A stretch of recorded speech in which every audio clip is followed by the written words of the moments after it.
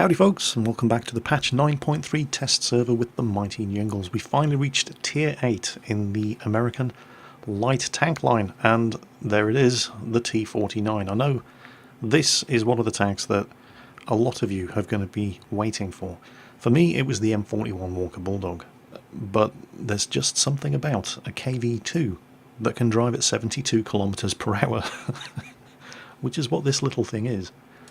That seems to have captured everybody's imagination. So, the first thing that we're going to do, and I haven't forgotten about the Chinese this time, is have a look at the other 4 Tier 8 light tanks. The T54 Lightweight, the WZ-132, the AMX 1390 and the Spähpanzer RU-251, and just see what it is about this thing that is special compared to the other Tier 8 lights. So, alright, looking at the raw numbers, comparing the T49 to the other Tier 8 light tanks in the game, the Spähpanzer, sorry Germany, I'll get it right, the AMX 1390, the T54 Lightweight, and the WZ-132. See, I remembered the Chinese this time. You know, just looking at the raw numbers, there's absolutely nothing special about the T49. It's the fastest, that's it. That's the only category in which it's better than any of the other Tier 8 light tanks. 72.4 kilometers per hour. Its hit points of 1100, well, it's either 100 less or 50 more than all of the others. It's right in the middle. Weight, power to weight ratio is good. It's got a good power to weight ratio, 23.68, but it's not the best. The traverse speed is not special, 44 degrees per second. It's better than the AMX 1390, it's the same as the Spähpanzer, but it's worse than the T54 Lightweight, and it's worse than the WZ-132. The armour is terrible. It's as bad as the Spähpanzer. It's not even as good as the AMX 1390, and nobody was ever going to accuse the AMX 1390 of being a well-armoured tank. The turret traverse is slow compared to the others. It's even slower than the AMX 1390. The same as on the Spähpanzer, nowhere near as fast as on the WZ-132 or the T54 Lightweight. The view range is 400 meters. None of the others have better than 400 meters, but there's only one of them has less than 400 meters, the T54 Lightweight. The signal range is as good or worse than all of the others. In fact, it's joint last in signal range with the Spähpanzer. Compared to the other Tier 8 light tanks, there is absolutely nothing special, other than the raw top speed of the T49. But that's kind of missing the point. You see, the thing about the T49, people do not want to drive the T49 because it can do 72.4 kilometers per hour. They don't want to drive it because it's very maneuverable. They don't want to drive it because it's cute. They want to drive it because it's got a 152mm howitzer. Suddenly it all becomes clear. And that is literally the only real outstanding feature about this tank. In all other respects, other than the top speed, there is absolutely nothing about this tank to set it apart from the other Tier 8 lights. But that 152mm gun is one hell of a compelling argument. It'll do 910 average damage. Look at this.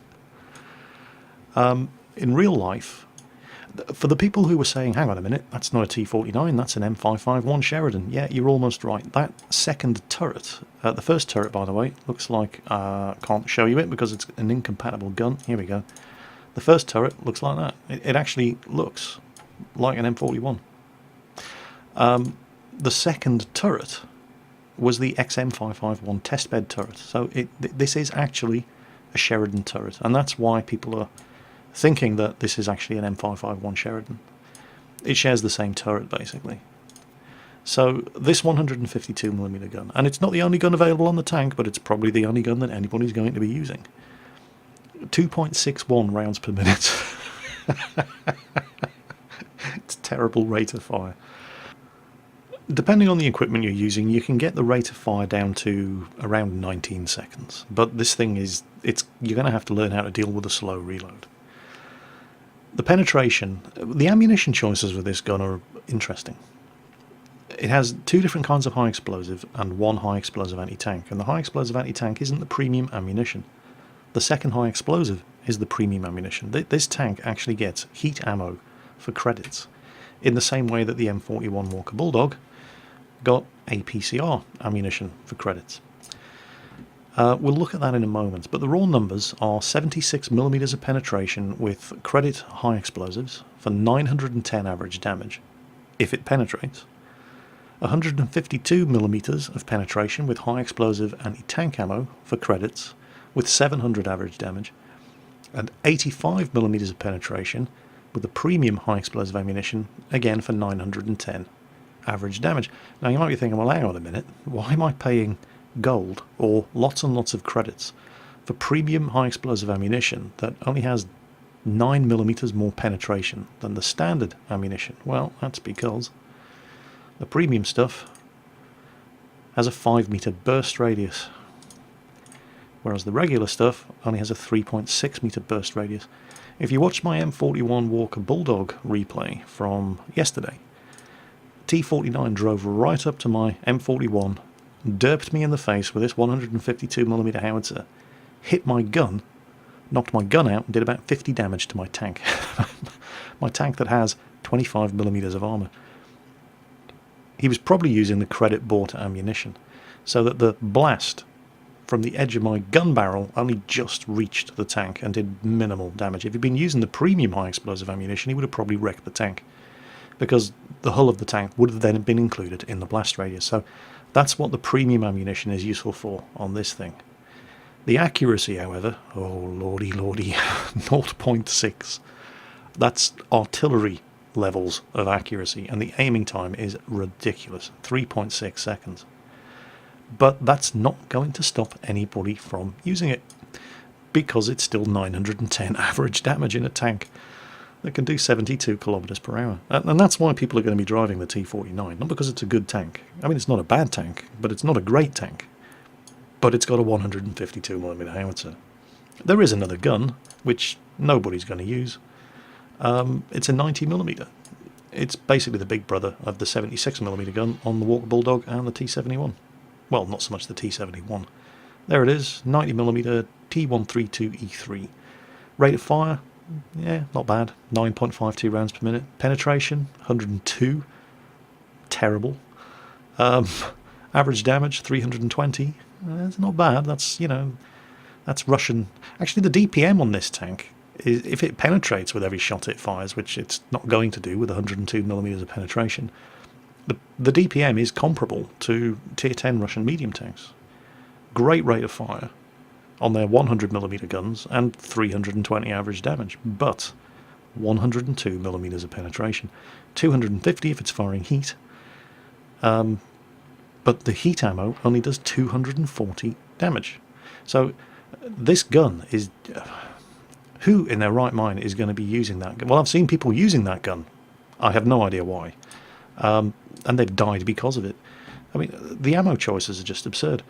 102mm of penetration for 320 damage, or 250mm of penetration, so, you can actually hurt stuff, but you're only doing 240 damage. That's... no. And it's not that much. I mean, it's way better than 0.6 accuracy, but 0.38 is still pretty bad accuracy. 2.3 second aiming time. Not great, but nothing fantastic. This is just not a very, very good gun at all. So nobody's going to be using it, or if they are, they're idiots.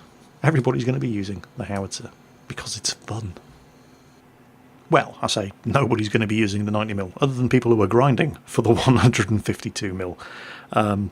They're not idiots, they just haven't unlocked the 152mm gun yet. Speaking of which, let's have a look at what it takes. Well, you got one set of tracks, one engine, one radio, one turret, and then the gun. The engine is not shared with... oh no, you should already have the engine from unlocking the Walker Bulldog. So there's that. It's also shared on the T69, so the engine should already be unlocked. The top radio... yeah, there are other tanks that use it. Again, the Walker Bulldog. So the engine and the radio you should already have. You'll have to unlock the turret, you'll have to unlock the tracks. The tracks, 15,000 XP. The turret, 18,500 XP. The big gun, not that bad actually, 18,900 XP. It's not like when you get onto, well, tanks like the T54E1, where if you want to go for the 100mm gun on that, it's 43,000 experience. So Not too bad.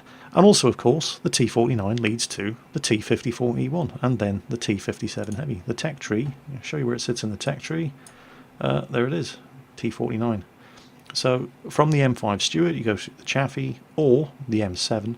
Two different ways of getting to the T57 Heavy, in essence. Chaffee, T37, M41, T49, as opposed to the old way, M7, T21, T71, T69. I think this is probably going to be a hell of a lot more fun going via the Chaffee, the T37 and the Bulldog than the M7, which is a desperately mediocre medium tank, the T21, which isn't bad, the T71, which is a lot of fun, the T69, which is desperately mediocre unless you're using premium ammunition, and then of course with the T54E1. So I can see these tanks being ridiculously popular. Not just because they're good tanks, because they are good tanks, but also because they're a lot more fun than the alternative route to the T57 Heavy. How do I get back to the garage? Oh yes, I click the button that says garage. Duh. Oh jingles, you so crap. So yeah, the T49 Tier 8 light tank. I mean, I could go on at great length about, you know, why it's not as a fantastic machine compared to the others and blah blah. And the fact of the matter remains, it's got a howitzer. That's it. 152mm howitzer. KV2 that can do 72 kilometers per hour. That is what this tank is. And that is why people are going to be driving it. The stats, largely irrelevant. It's a KV2 that can do 72 kilometers per hour. Shut up and take my money. And yet, like the KV2, it can be an intensely frustrating machine to drive. Now, first things first, the high explosive anti-tank credit-bought ammunition with 152mm of penetration and 700 average damage. A lot of people are going to be tempted into thinking, wow, credit-bought heat ammo, I must use that. Don't do it. There you go, I just hit a Leopard 1. I could have done more damage than that if I'd fired high explosive. This high explosive anti-tank ammo, you're probably going to want to carry a couple of rounds of this stuff with you, but it's the kind of ammunition that you're only really going to use. Because this thing has such a slow reload, the kind of ammunition that you're only really going to use at certain stages of the game when you've already won, there's only 2 enemy tanks left, and you know they're the kind of tanks that you can penetrate with 152mm of penetration, and they're on such low health that 700 damage is going to be a guaranteed kill. In almost every other circumstance, the tanks that you're shooting against are either going to be so badly armoured that you're going to want to fire high explosive to do maximum damage to them, or they're going to be so heavily armoured that heat just isn't going to penetrate and is going to do no damage, and the high explosive is at least going to do something. High explosive, for example, fired at this AMX-50B, wouldn't have bounced. The heat does. Heat doesn't get normalisation for armour.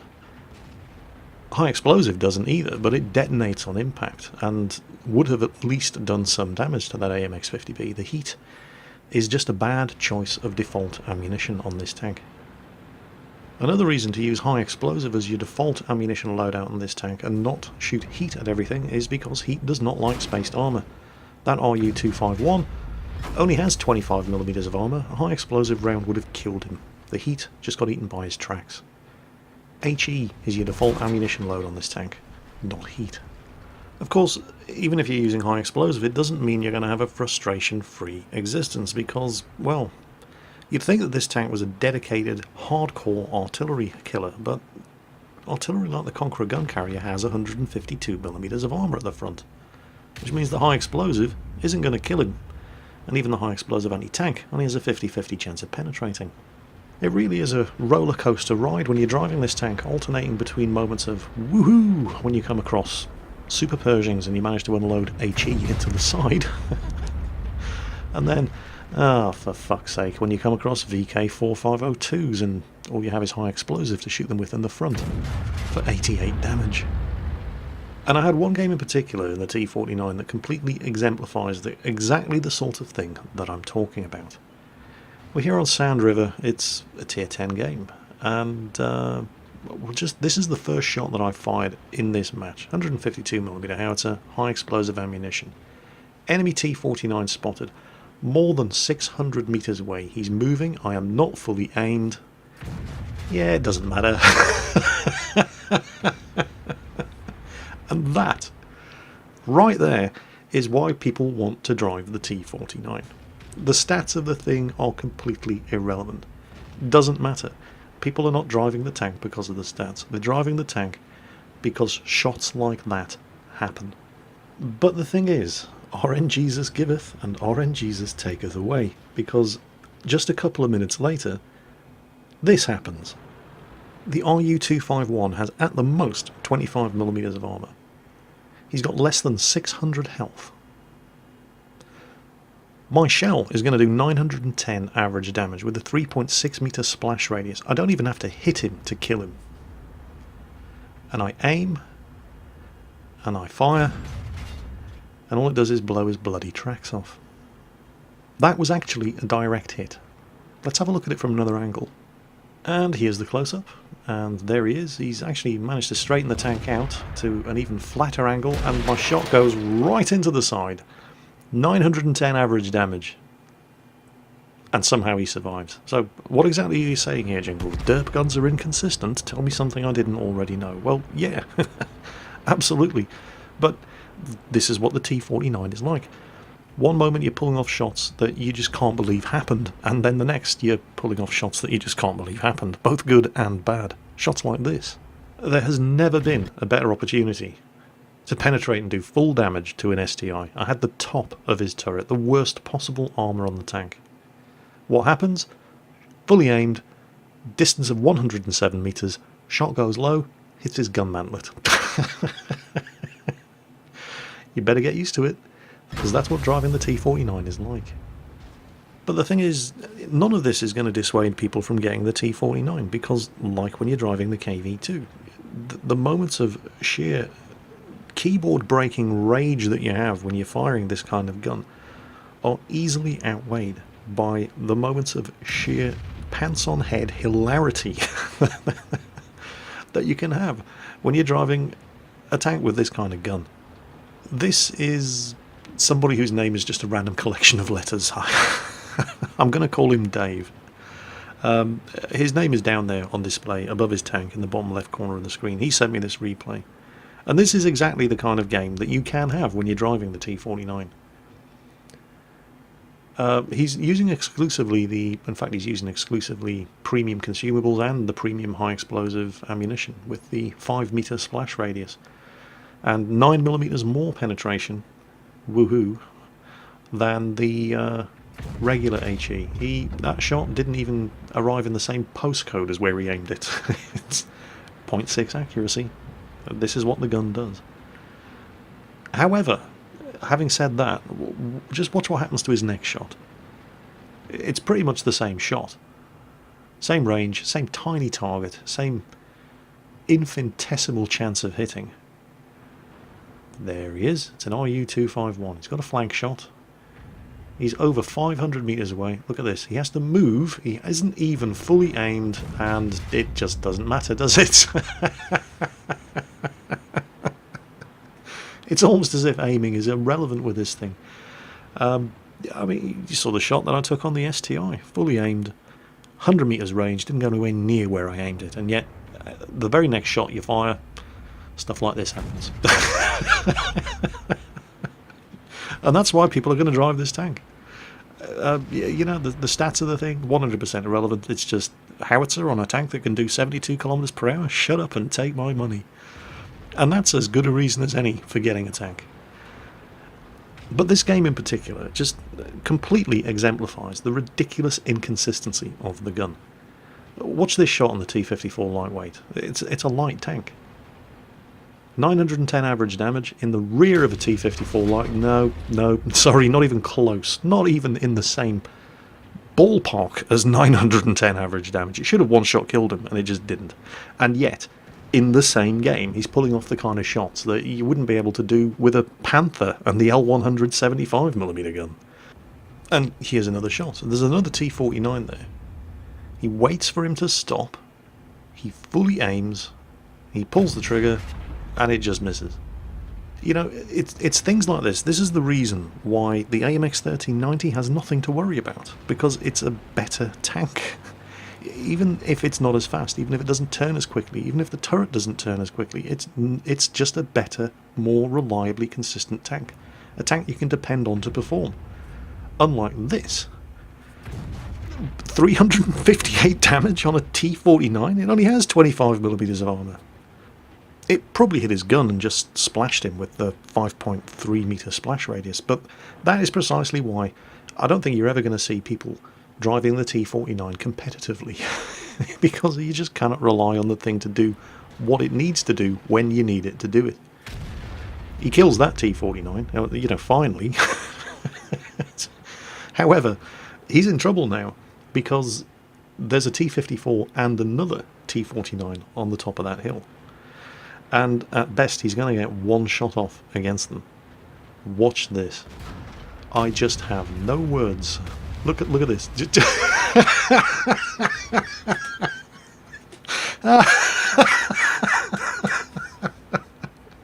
Oh, you cannot be serious. Let's see that again. Alright, here we go. This time in slow motion. So the T54 comes in and plants one into him. He derps a shot back in the T54, doesn't kill him. Then, out of nowhere, a flying T49 fires and misses, wrecks himself. The T54 wrecks himself. And look at how fast he's going backwards downhill. He actually goes airborne at the bottom of the ramp. Oh, I need to see that again. Different angle this time. Okay, here it comes. T54 comes in from the top. T54 fires, hits him, he survives. He derps the T54 back, doesn't kill him. Then suddenly out of nowhere, a flying T49 appears, who fires and misses, blows himself up on the rock. The T54 does the same. Look at this, look at this, look at how fast he's going backwards here. And just sort of casually, yeah, I'm too cool for school. Oh man, I've got to get one of these tanks. I mean, it's horribly inconsistent. It's nowhere near as good a tier 8 light tank as even an AMX 1390, but by God, this thing is fun. When it behaves itself, it can. It has the potential to be ridiculously amusing. And, you know, it's kind of like loading up the KV2 and taking that into a random battle. You don't expect to have the most epic game ever every time you drive the KV2. For every game that you have like this, you're going to have 10 games that are just completely forgettable. And it's going to be like that with the T49 as well. And that's why tanks like the AMX 1390 are always going to be a preferred choice for serious players. Look at the 1390 in this match. I mean, Dave in the T49 might have had all the fun, but the 1390 got all the kills. And I do hear things like this a lot from French light tank drivers who are up in arms about all these new tanks that are coming out, the new light tanks that are coming out in patch 9.3, and they're saying, well, are we just irrelevant now? You know, what about us? Well, no, you're not. The 1390 is a better, more consistent tier 8 light tank than the T49. Oh, jingles, but no, it is. It just is. You cannot rely on the T49 with that howitzer to do what it needs to do every time it needs to do it. It's like playing a lottery with that gun. It's fun when it works, but it doesn't always work. Of course, like the KV2, when it does work, you forget all about the previous 10 matches when it didn't work, because when it does work, it is absolutely hilarious. So, summing up the T49, you know, there's all kinds of questions that people expect me to answer when I do one of these previews or reviews. You know, what's the power to weight ratio like? How fast is it? How quickly does it turn? What's the gun depression like? What's the signal range, the view range, and this and that and that? None of that matters. None of that matters in the case of this tank, because it's a KV2 that can do 72 kilometers per hour. That is the only important thing that you need to know about the T49, and that is what sells this tank. For the majority of people watching this preview and having watched the replays, it's just going to be a case of 152mm howitzer on a tier 8 light tank, shut up and take my money. And that's a perfectly acceptable response, because it is fun. it can be frustrating. But it's one of those machines like the KV2. Nobody ever has a mediocre game in the KV2. It's either a complete disaster or it's absolutely hilarious. And the T49 is the same. And that is a good enough reason for getting the tank. As always, folks, take care on that battlefield, and I'll catch you next time.